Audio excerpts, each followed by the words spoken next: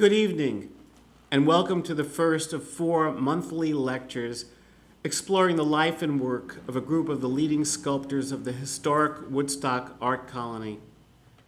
First, I would like to thank David Schell of Greenkill in Kingston for partnering with me on the presentation of this series, and the Woodstock Artists Association and Museum for its support and publicity of the event. The series was made possible by the generous support and sponsorship of the following individuals and galleries: Arthur A. Anderson, the Brandis Collection, McWillie Chambers, James Cox Gallery, Henry Ford, Sam Freed, William Lanford, Melinda R. Meister, Fran Godwin in memory of Don Mosenfelder, Alan and Allison Neville, Joel Rosenkrantz, and Jean Young. I initially planned to include several of the sculptors that are covered in this series in my lectures of 2018 and 2019 at the Woodstock Arts Association and Museum, but eventually recognized that the subject was too large and important and required a series of its own. In the course of undertaking the research for the centennial publication of the Woodstock Artists Association, I became strongly interested in the work and career of the sculptor Thomas Penning, whom I wrote about briefly. This interest led me to meet his daughter Mary, and from there my curiosity and research jettisoned into curating an exhibition of Penning's work, which opens in early October of this year at the Woodstock School of Art. With this exhibition in mind, I thought it would be especially interesting to create the current series and view Penning in the company and context of his local colleagues and peers. I want to mention if there's anybody who has any questions, you can post them, and at the end, we'll take questions. Also, we're setting this up. This is our first in the series. If we have any technical difficulties, we'll just pause for a minute. Abyssinia St. Leger Eberly is the earliest Woodstock sculptor of record. Eberly focused primarily on genre sculpture and is best remembered today for her pieces showing children at play. She was born on April 6, 1878 in Webster City, Iowa. At the age of 3, Abyssinia, as she was known, moved with her family briefly to Topeka, Kansas, before settling in Kansas City, Missouri, where they lived for 7 years before moving to Canton, Ohio. After graduation from high school in 1895, Abyssinia studied to be a professional musician, devoting herself to the cello. One day, after cello practice, Eberly went into the garden of her house to rest a moment, picked up a handful of clay, and molded it into a figure. She immediately embraced the medium. After discovering a mask she had finished, her father brought her to one of his medical patients who taught her wax modeling. She then took a class in clay modeling at the local Young Men's Christian Association with the artist Frank Vogan. When her father assumed a temporary post in Puerto Rico as an army physician in 1898, she made sculptural sketches there of different character types she saw on the street. She was fascinated by the native life she witnessed and relished depicting the natural poses she observed in the streets. These pieces foreshadow the genre figures with which she would later make her mark. In 1899, Eberly moved to New York, where for 3 years she attended classes at the Art Students League and the National Academy of Design. Her teachers included the sculptors C.Y. Harvey, George Gray Barnard, and Gutzon Borglum, who would become world famous for his monumental sculptures on Mount Rushmore.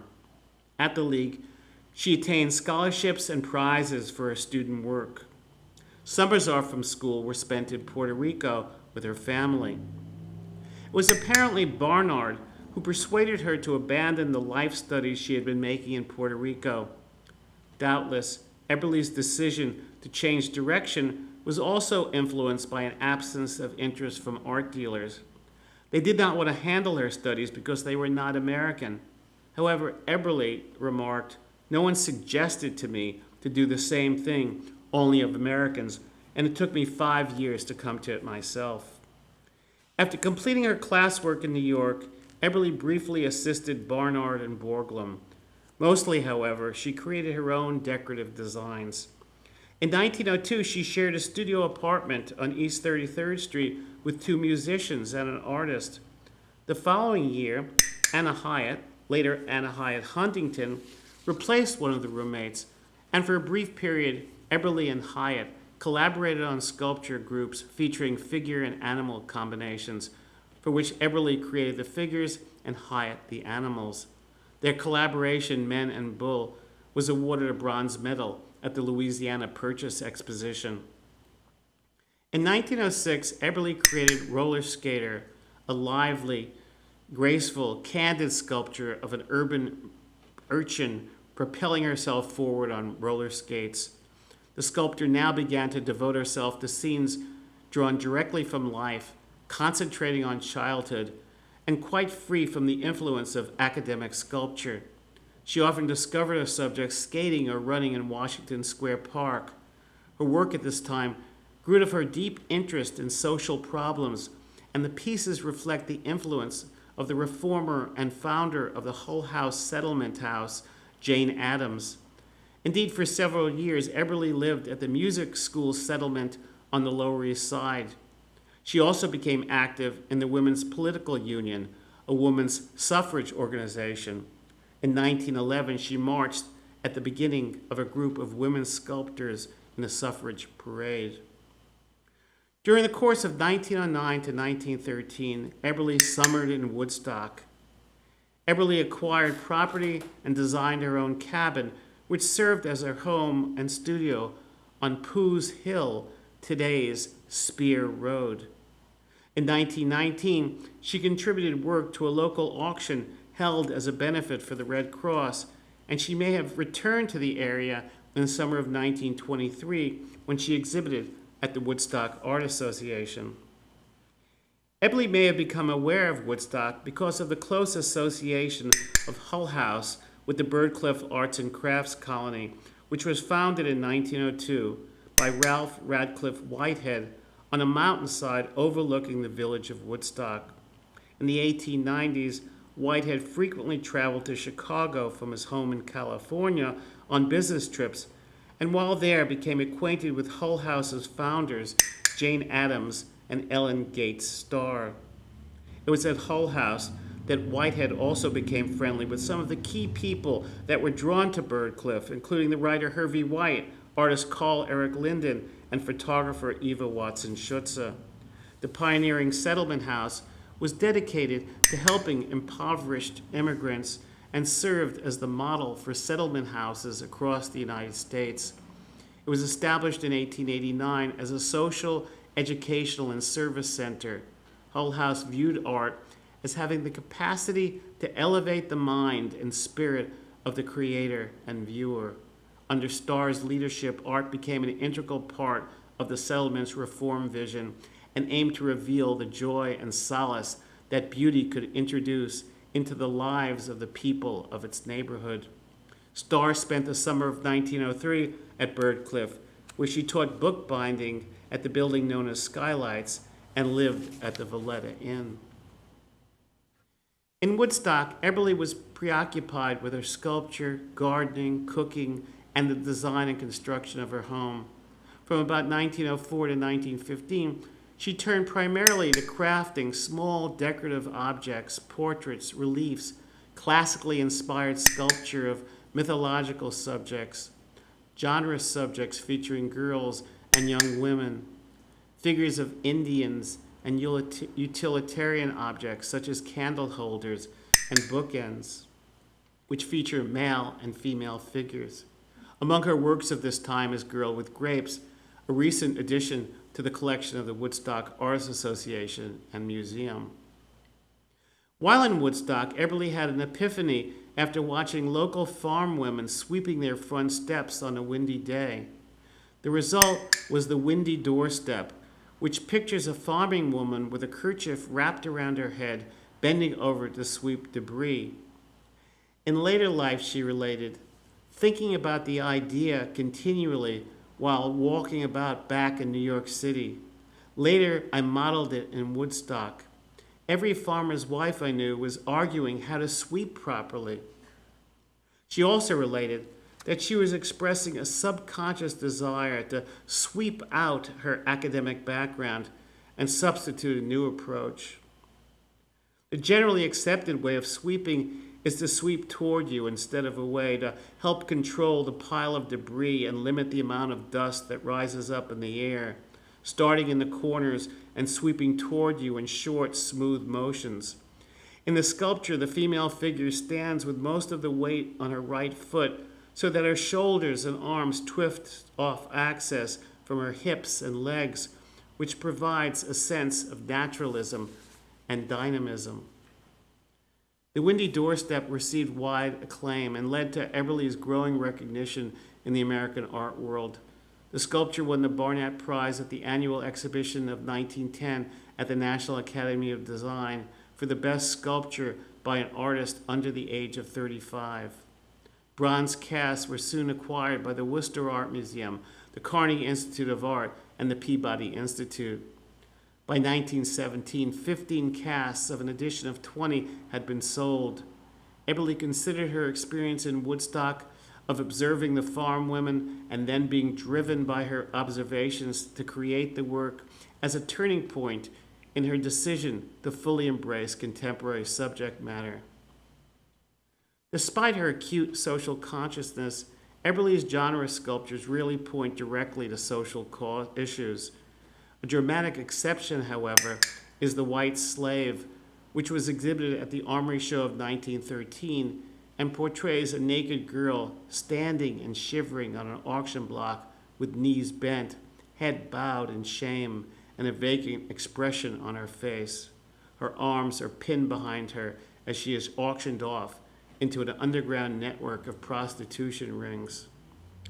The work was inspired by newspaper accounts describing the experiences of children kidnapped and coerced into lives of prostitution and misery. Slavery had been the subject of Hiram Power's celebrated Greek Slave, as well as other 19th century American sculpture, including the Albany sculptor Erastus Del Parma's The White Captive. In the spirit of these earlier works, The White Slave was generally regarded as morally uplifting, although the figure of the young woman is treated frankly and realistically rather than in an idealized manner. In 1914, Eberle took a studio in a Lower East Side tenement on Madison Street near the Manhattan Bridge. She found her subjects in the immediate neighborhood. She would use toys and stories as lures to attract children as models. Children ran after her in the street, begging her to make a statue of them. After some 18 months of this, she relocated to the quieter atmosphere of a studio on West 13th Street. In mid-decade, she created sculptures of children playing hide and seek, cavorting in the sand and the beach, listening to fairy tales and blowing soap bubbles. She now specialized in creating these small pieces, usually featuring female subjects about a foot high, in which she favored suggesting a lively sense of movement. Eberle also sculpted statues of Isadora Duncan's company of dancing children attired in flittering veils, and she created sculptures of children taking baths.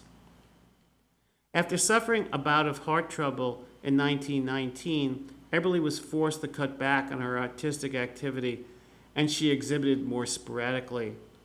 At the height of her illness in 1921, believing that death was imminent, she donated a group of 21 of her works to the Kendall Young Public Library in Webster City, Iowa. As her condition improved later in the 1920s, she worked to recover financially by undertaking commissions for portraits and garden sculpture. The Villager, a newspaper serving Lower Manhattan, reported in 1933 that of late she was devoting her talents to fountains and sundials, many of which were acquired by private estates in Connecticut. In 1940, she created Lotus Bud Fountain for the Waveney estate of Louis and Antoinette Lapham in New Canaan, Connecticut. This November, an exhibition opens at the New Canaan Museum and Historical Society centering on Eberle, Lapham, her daughter Ruth, and Francis Benjamin Johnson.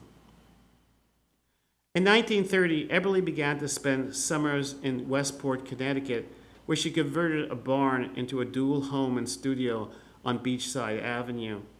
Throughout the Depression-plagued 1930s, however, sales of her work were few and far between, and she was hobbled by unpaid bills.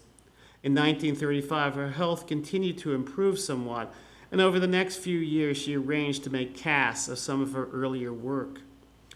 By this time, her former pupil, Virginia Thornton Hart, moved into her apartment in the city. The two also spent summers together in Westport. Hart cared for Eberly until her death in New York in 1942. On the screen, we see two nearly identically composed portraits of Eberly, dating more than a decade apart, by the portrait, figure, and landscape painter Ivan Olinsky, who was active in New York City and Old Lyme, Connecticut. Olinsky's earlier portrait of Eberly includes the windy doorstep. The later work, which served as Eberly's diploma portrait for the National Academy of Design, where she was elected an associate member in 1920, features her 1916 sculpture, Yetta and the Cat Wake Up.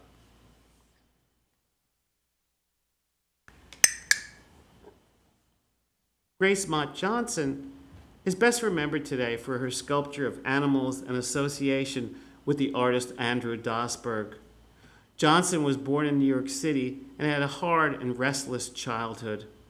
Following her mother Laura's death when she was an infant, her father Alfred resigned his post as a Presbyterian minister and became an itinerant preacher in New England.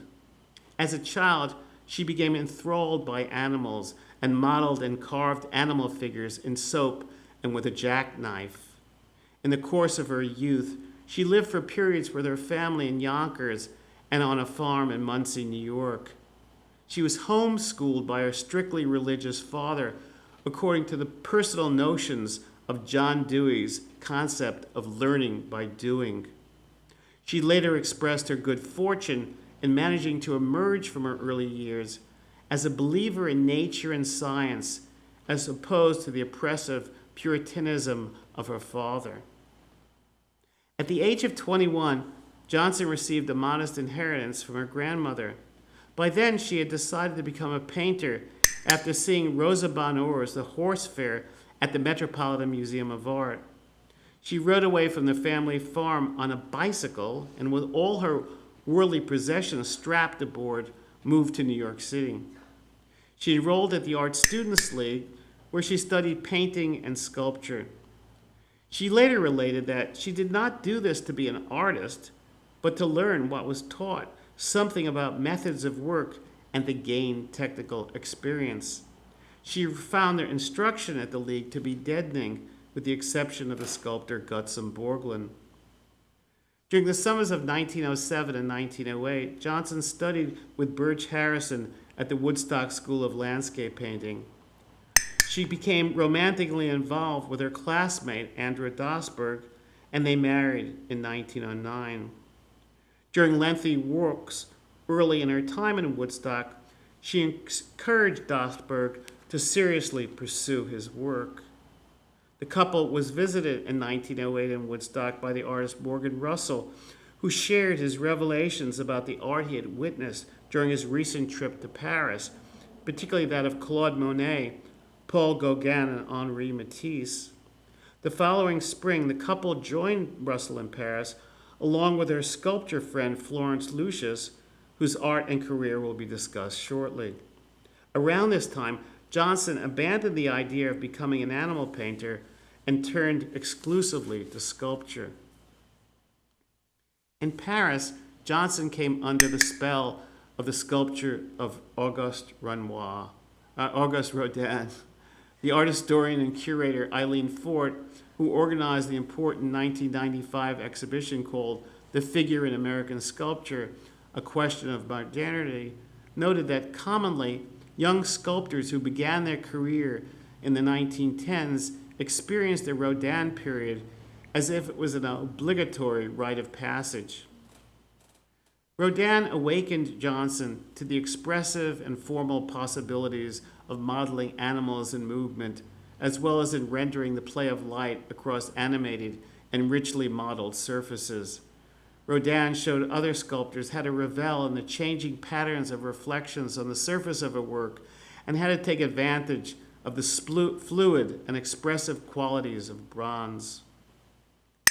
Also during her time abroad, Johnson became interested in the collection of ancient Assyrian art at the British Museum in London, especially the reliefs showing hunts and wild horses. In France, she made a special study of the Percheron draft horse.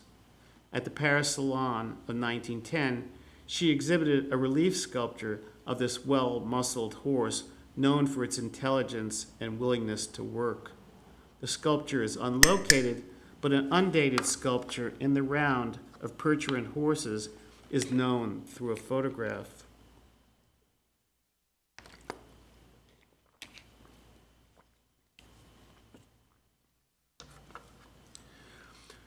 During her stay in Paris, Johnson suffered a miscarriage and returned alone to Woodstock in late 1909 or early 1910.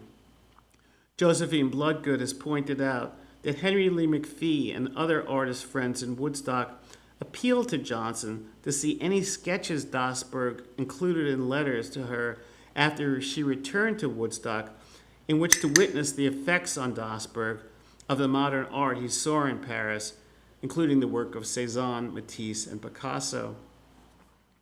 In 1912, after receiving a family inheritance, Johnson purchased a 17-acre hillside property in Lewis Hollow on the outskirts of the village for $3,500 and began working on a series of bas reliefs of sheep, oxen, and zebras. The landscape painter John F. Carlson owned a relief of sheep and displayed it prominently above one of the fireplaces of his home in Woodstock. And around 1910, the so-called Rock City Group was formed, which centered around Rosie McGee's boarding house at the crossroads of Rock City Road and the Glasgow Turnpike. It consisted of a group of artists, including Dasberg, McPhee, Johnson, Marion Bullard, Walter Goltz, Charles Bailey Cook, Alexis B. Manny, Justice Pfeiffer, and Benjamin Bufano, all of whose work was included in a traveling exhibition of the group, which opened at the John Herron Art Institute in Indianapolis in January of 1912. With the help and support of sculptor Joe Davidson, whom Johnson had known from her period of study at the Art Students League of New York, and with whom she and Dasberg spent time in Paris, the two exhibited in the Armory Show of 1913. Johnson showed 4 works, including her reliefs of walking elephants and chimpanzees, the latter of which is now in the collection of the Woodstock Artists Association and Museum. The piece is dated 1912 and was cast in bronze by the founder Griffoul in Newark, New Jersey. It was donated to the Woodstock Artists Association by Johnson's son, Alfred. During her stays with the circus, Johnson became interested in sculpting images of chimpanzees. In her art, Johnson sought above all to make her subjects come alive. She aimed to finish a piece with the same spirit of excitement and interest with which it was begun. She had no regard for academic finish, and her surfaces have a sketchy or tactile quality. Johnson was concerned with simplifying forms and carefully establishing spatial relationships. The artist usually sculpted subjects from memory rather than using models, and believed there was no end to the way animals could be incorporated as subjects in her bas reliefs. In 1917 and 1936, she received prizes from the National Association of Women Painters and Sculptors. Johnson was greatly fascinated by elephants. She became friendly with an elephant trainer for Barnum and Bailey's circus and often followed the circus when it was on the road. She sculpted the popular elephants Mighty and Bibi, whom she watched grow up over the years. Of elephants, she remarked, "I watch the elephant and study it. I see and sleep and breathe elephants. Then finally, I feel elephants and get to work on a piece.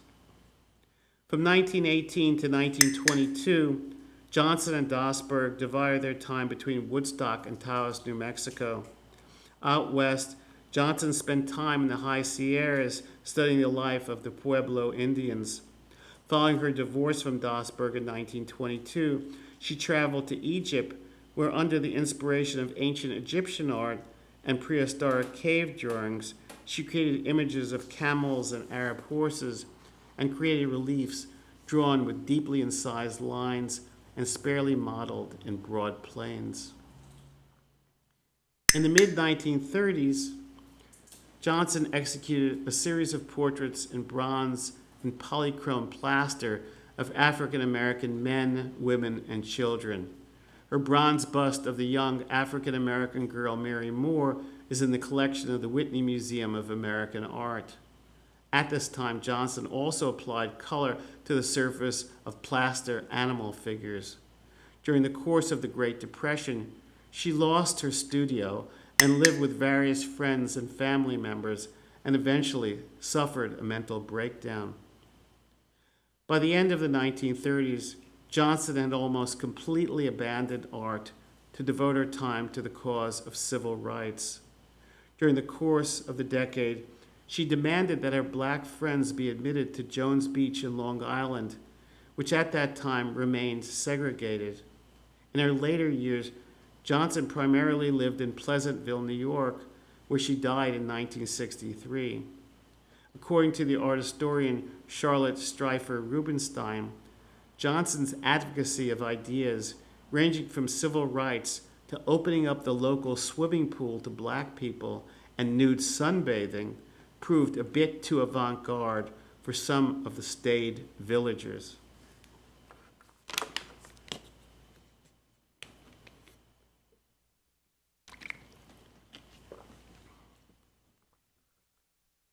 Grace Mott Johnson's friend, Florence Lucius, was also active as a sculptor in Woodstock in the early 20th century.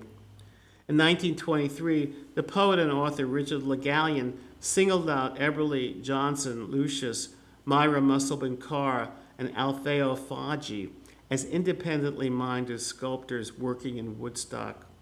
Johnson and Lucius met at the Art Students League around 1906 and continued their friendship at Burge Harrison's painting class the next summer in Woodstock. At the League in the city, Lucius served as a monitor in Joe Davidson's sculpture class.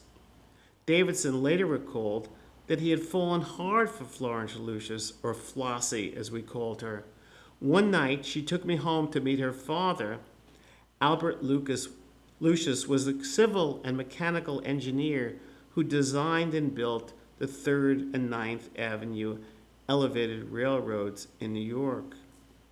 Davidson also related that one night I was there to dinner with Grace Johnson, another student from the League.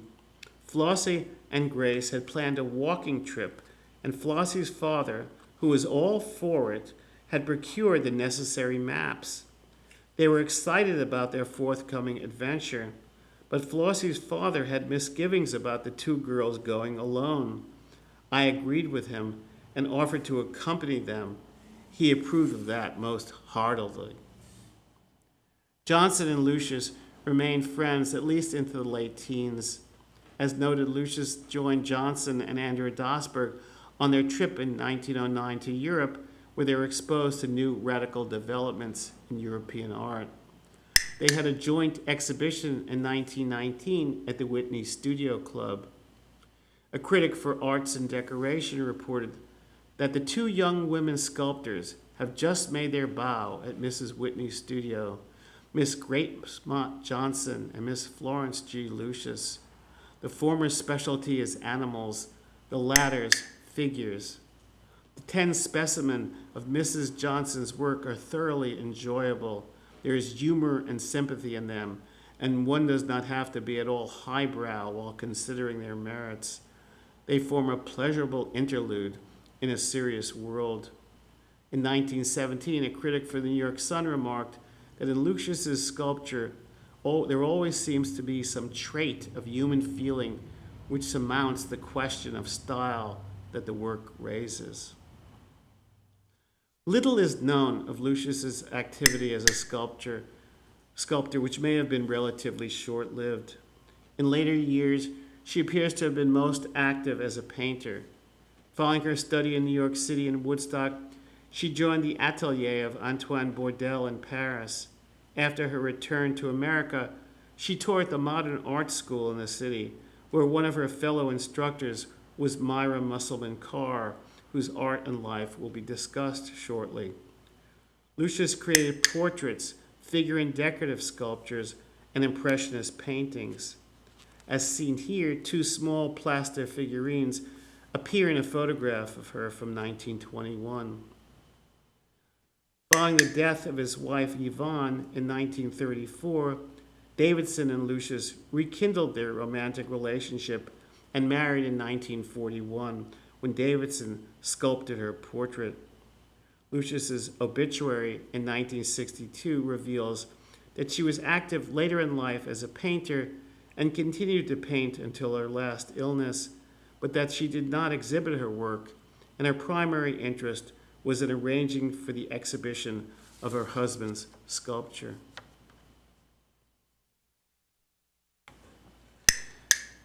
Myra Musselman Carr was born in Georgetown, Kentucky in 1871.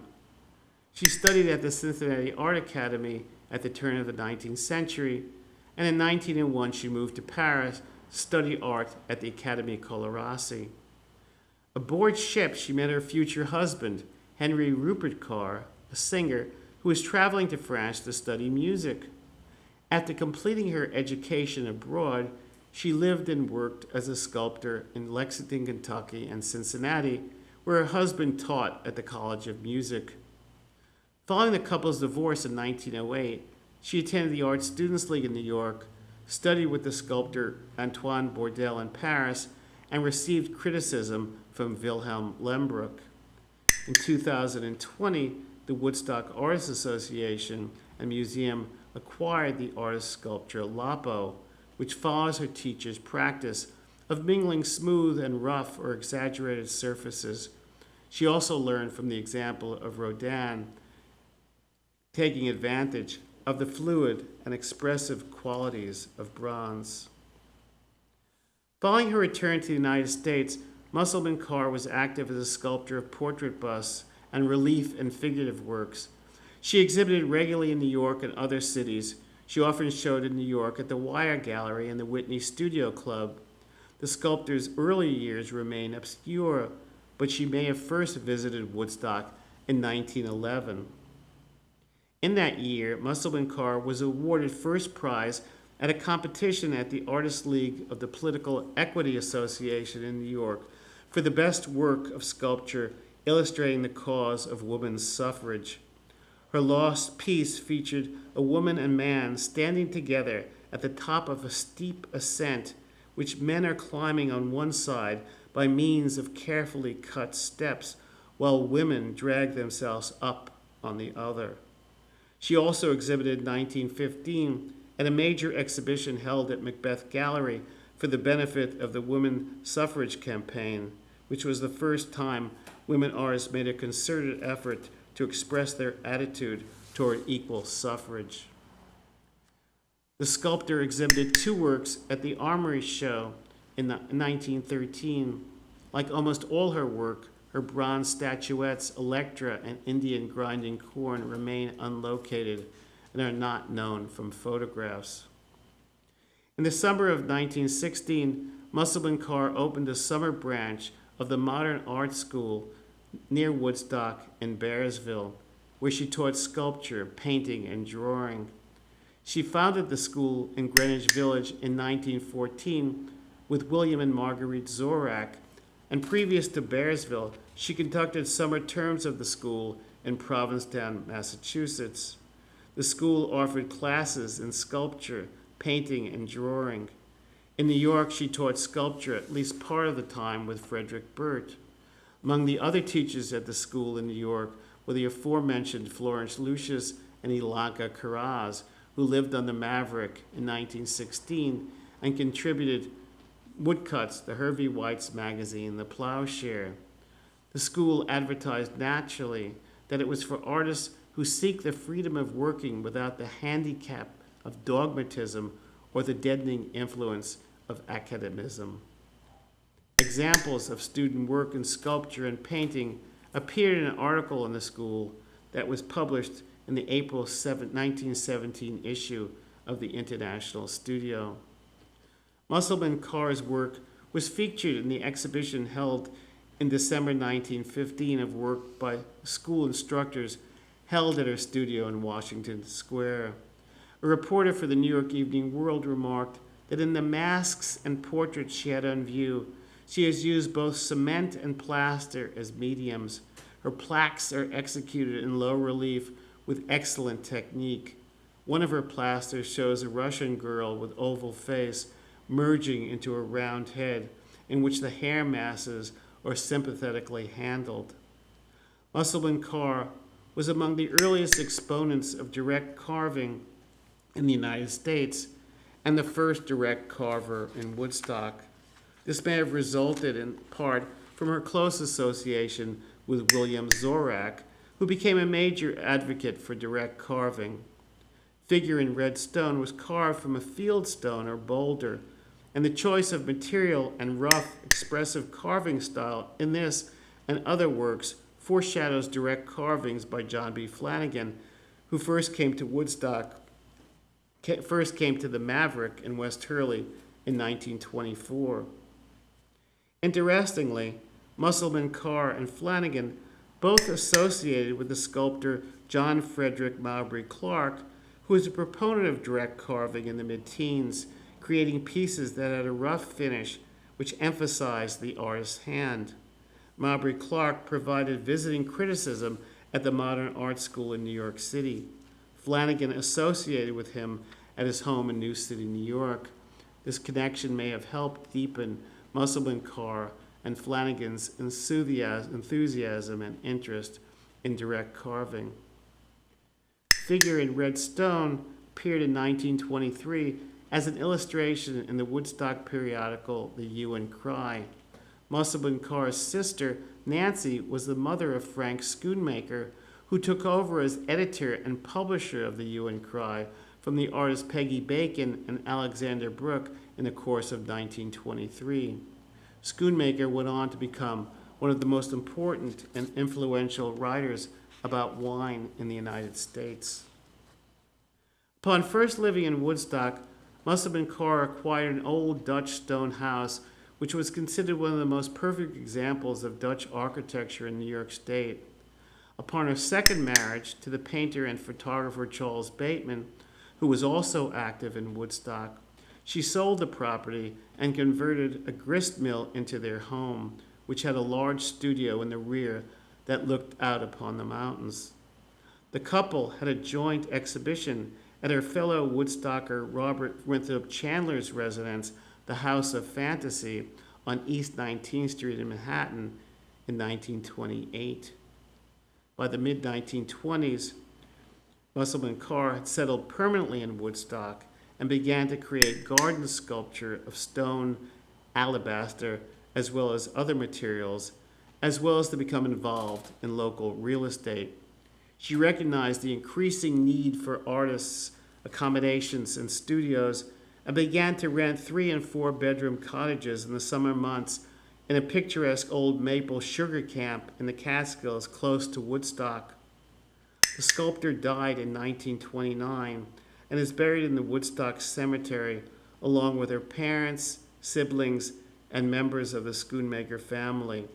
A brief obituary for the sculptor appeared in the August 24th issue of The Hue and Cry, which noted that her death came as a sudden shock to the Woodstock community, and that at the time she was engaged on a commission for a modern garden group for one of the large formal gardens of Minneapolis.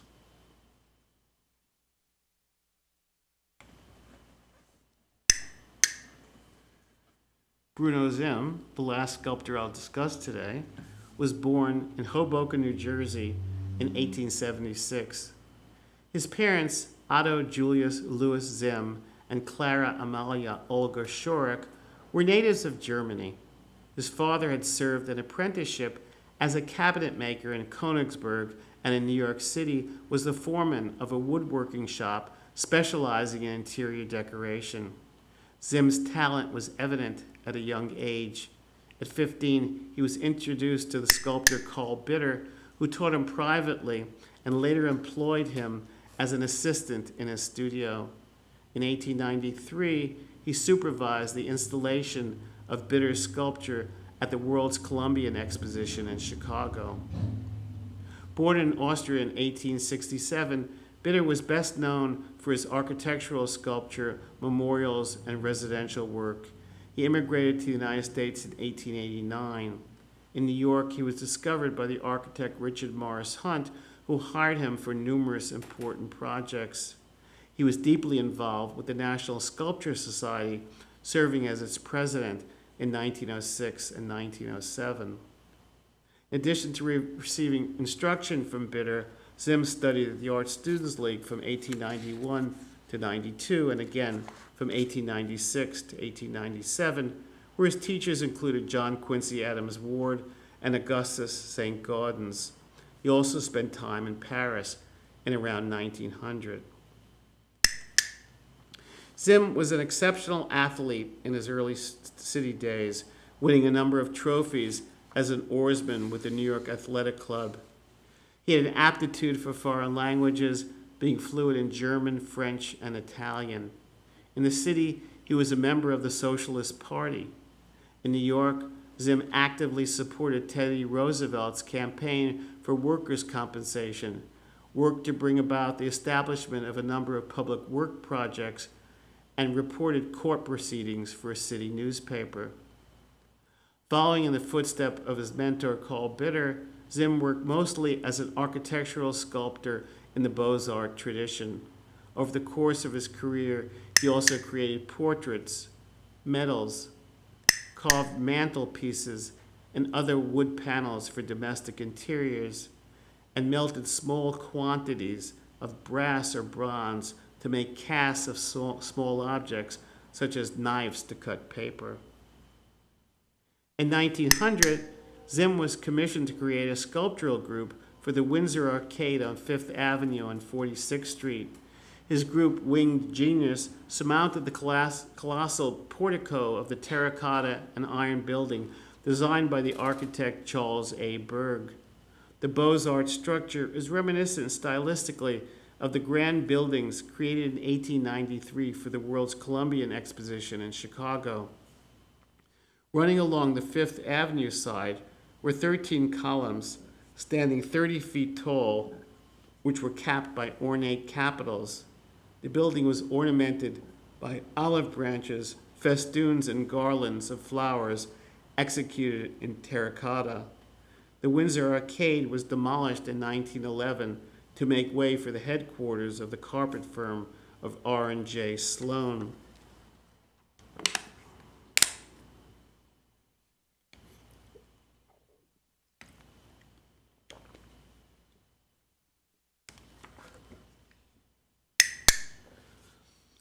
For the World's Fair of 1904 in St. Louis, Zim was commissioned to create a sculpture of the Native American woman Sacagawea.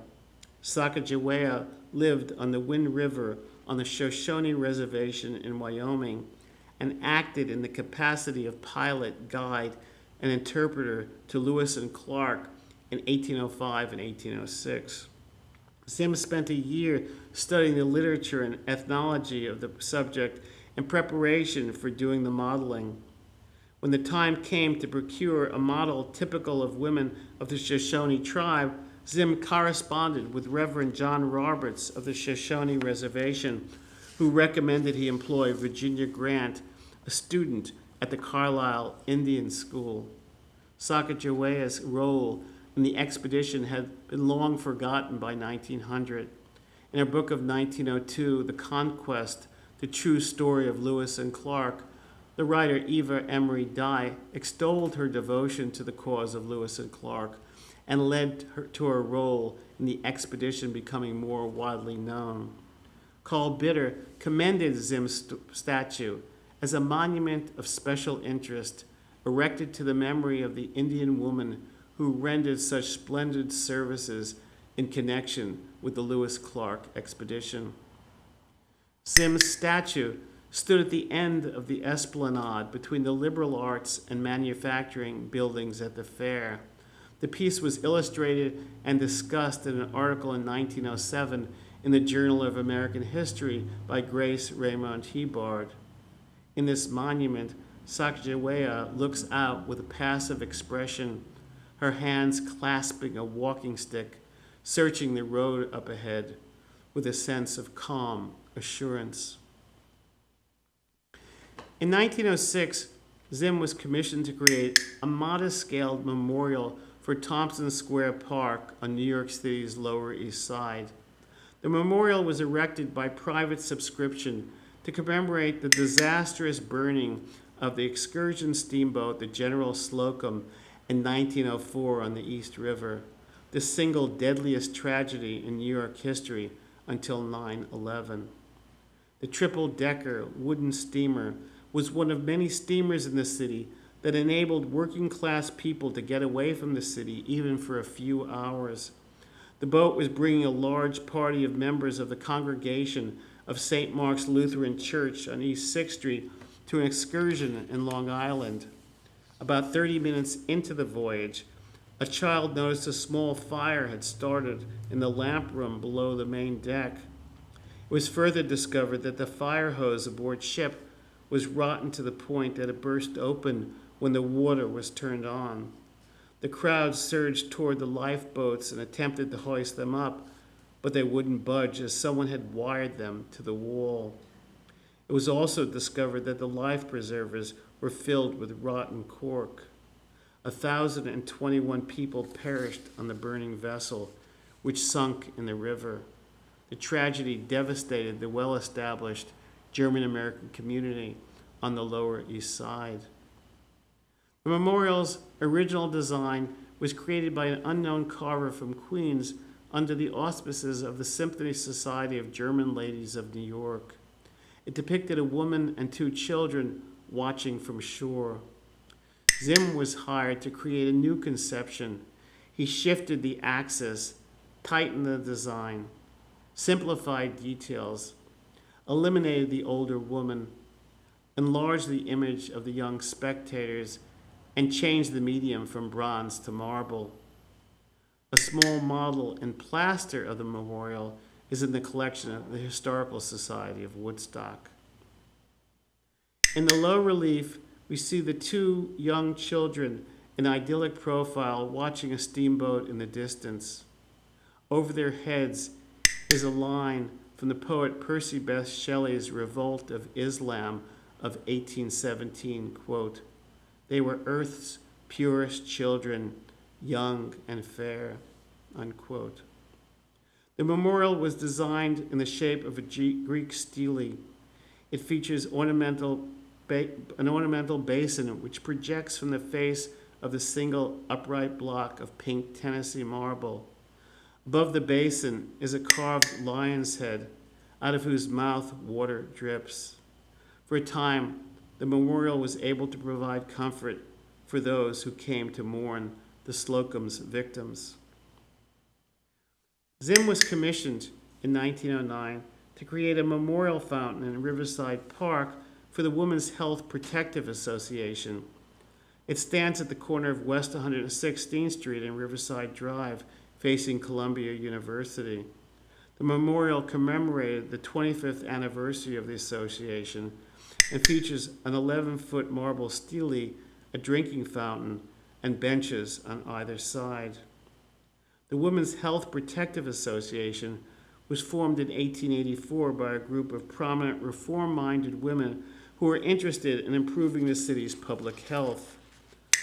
The memorial was unveiled on May 10, 1910, in a ceremony honoring the progress the organization had made toward the betterment of the health of the public. In the sculpture's dignified and delicately carved low relief, 2 women stand above the semicircular basin, their heads framed by masses of leaves.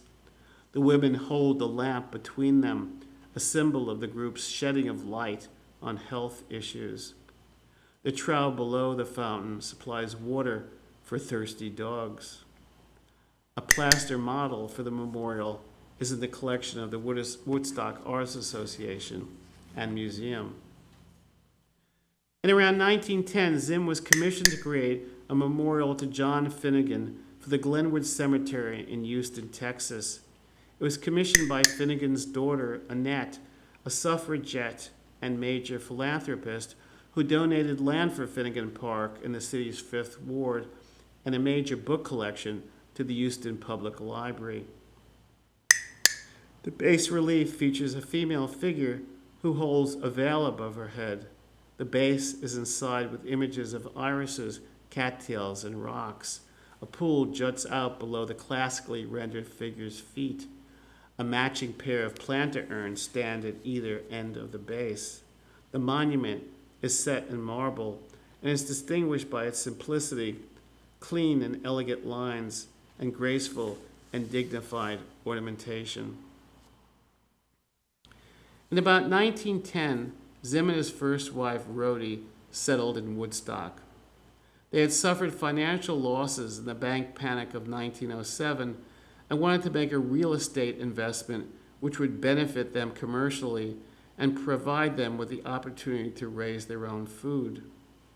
They bought an abandoned farm consisting of 79 acres on the outskirts of the village in Lewis Hollow, now Upper Lewis Hollow Road, where they planted an apple orchard and for several years sold apples commercially. Grace Mott Johnson and Andrew Dosberg also settled in the area around the time. And later in the early 20s, Peggy Bacon also lived in the same area. The Zims lived in the small cottage on the property that had been built in the mid-19th century by one of the area's many quarrymen, and that has been remodeled and expanded over the past century by Zim, as well as later owners, while basically remaining intact inside. Over the course of 3 decades, Zim worked mostly with his own hands to build and decorate the property with sculpture, including carvings in wood and stone, and turned it into one of Woodstock's most magnificent artist houses. In toto, it was Zim's largest single piece of work following his move to Woodstock. Zim started by joining together the 4-room farmhouse and separate summer kitchen. He created a stone terrace with field stone pillars built around 3 sides of the joined farmhouse and kitchen. The frame on the original front door features images of woodland creatures. He attached sculptural reliefs to the stuccoed facades. He pierced the roof with dormer windows with carved frames. Beneath the roof, faces peer from wooden and stone columns. Zim placed panels with poetic texts over fireplaces. A relief featuring an image of his collie originally hung above one of the mantelpieces. Outside the house, he built 3 fountains featuring stone carvings. Originally, he set up a studio in part of an old barn. Later, he built an attached studio and study on the northeast side of the original structure, which since has been replaced. By 1919, Zim had divorced his first wife and married Louise Seymour Hasbrouck. After attending Wesley College, Louise had established a name for herself as a writer of nonfiction. In the course of her life, she would author a history of Mexico, short biographies of Israel Putnam and Robert de La Salle, and a number of novels and short stories for young readers, including At the Stop of the Wild Horse, published in 1930, which was set in the vicinity of Woodstock and the Maverick in West Hurley. Louise was one of the founders of the Historical Society of Woodstock and also worked as a genealogist, specializing in Ulster County families. After Zim's death, she worked as a researcher in the library of the New York Genealogy Society in New York City. In 1962, Louise sold the property on Lewis Hollow Road to the designer Milton Glaser and his wife Shirley. The Glazers generously donated to the Woodstock Artists Association Zim's plaster model for the memorial in Riverside Park, a polychrome plaster study of a Madonna and Child dating from about 1930, and a slightly sleepy-eyed plaster portrait of Bruno Zim Jr. of 1921 that I showed earlier. A few years after moving to Woodstock, Zim was commissioned to create a bronze frieze for the entablature of the octagonal rotunda of the Palace of Fine Arts at the Panama Pacific Exposition of 1915 in San Francisco. The structure still stands in the city's Marina District. The low-relief panels represent the struggles of the beautiful and feature a procession of scenes of Apollo and Pegasus celebrating the primacy of art. Zim was given the commission by his former boss and mentor, Carl Bitter, who, along with Alexander Sterling Calder, was hired in 1912 to direct the fair's sculpture department. Tragically, Bitter did not live to see the opening of the exposition. In April of 1915, he died tragically after he was hit by a car while walking across Broadway after attending a performance at the Metropolitan Opera House. Alexander Sterling Calder took over Bitter's position and followed through on their joint master plan of hiring sculptors and critiquing their designs. The Fine Arts Palace was regarded as the crowning beauty of the fair. The architect Bernard Maybich's design incorporated Greco-Roman and Italian Renaissance architectural influences, including 30 Corinthian columns which framed an open walkway. The domed rotunda at its center was conceived as a temple of the arts and included an altar and various other sculptural and mural decorations. In the course of the 1920s, Zim received a commission to create statuary for St. Pancras Roman Catholic Church at 88th Street and Myrtle Avenue in Brooklyn. The church had outgrown its original facilities, and at this time a large separate building was erected in a Romanesque style. Zim executed reliefs of various saints, including for the poor boxes on door jambs. In around 1930, he was commissioned to carve a series in Ohio limestone of Stations of the Cross for St. Clement's Church on Appleby Street in Philadelphia, based on designs by Horace Wells Sellers.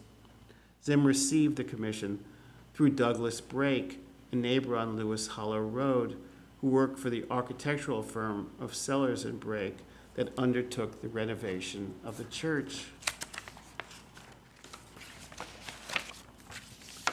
During the Great Depression of the 1930s, Zim found it difficult to find major architectural commissions. During the period, he received a modest commission to carve a 3-foot-high bust in wood of Robert E. Lee.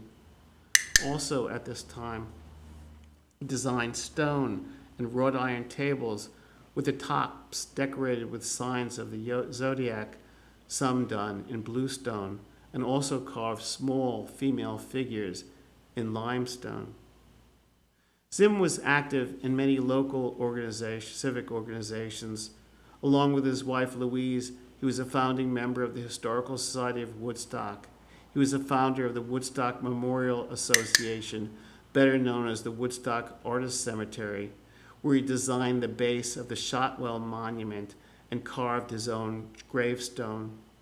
He served as president of the Woodstock Library for several years and was a founder and trustee of the Woodstock Guild of Craftsmen. He was largely responsible for having the town records copied and preserved, and ran unsuccessfully unsuccessfully in 1937 for town supervisor. While living here, he developed a major interest in geology and formed an extensive collection of fossils, mostly collected from a formation along State Highway 9W in Glen Eyrie, which he donated to the Smithsonian Institution. Among his artist friends in town was the painter William Emil Schumacher, whose bust he carved following Schumacher's death in 1931. Zim died in 1943 while in the course of working on a commission for a chapel at the Naval Academy in Annapolis, Maryland. Following his death, the artist, writer, and first female town supervisor of Woodstock, Marion Bullard, wrote, "Looking back down the years, I can remember no time when Bruno failed to respond to the needs of anyone who appealed to him for help. During the later years, he sometimes said to me, 'I must not take on anything more. After all, I have my own work to do.' Then at once, he took on something more for the neighbors of his community."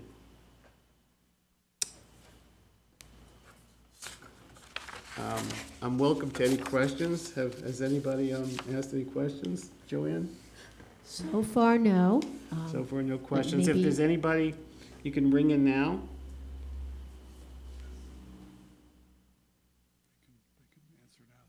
If you want to ask a question, please do, go into the comment section.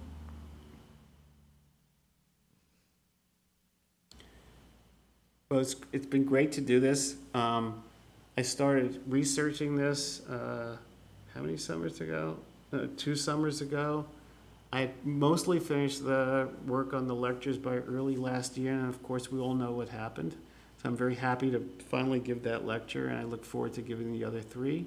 And I guess if there's no questions, I'll just see you in the first Wednesday in August at 7 p.m., and I hope you enjoyed hearing tonight's lecture. Thanks for listening. Oh, I think there is Oh. a question. There's a question, Thank okay. you. From Michaela Porta. Did Mott mind the treatment of the elephants she observed? What's that? Did Mott mind the treatment of the elephants she observed? I mean, treatment physically? Not that I know of. Not that I know of. There's not that much information about that aspect of her career. I mean, basically, this whole group of artists outside of Eberly has been pretty much neglected. Nobody's really written anything about them at length. There's a good entry on Johnson in a dictionary of women artists by Rubenstein, but we don't know that much about her feeling towards that. Michaela also adds, thank you, this was great. Really appreciate your research, and this is a great format. Thank you. Thanks, everybody, for listening. We'll see you in a month.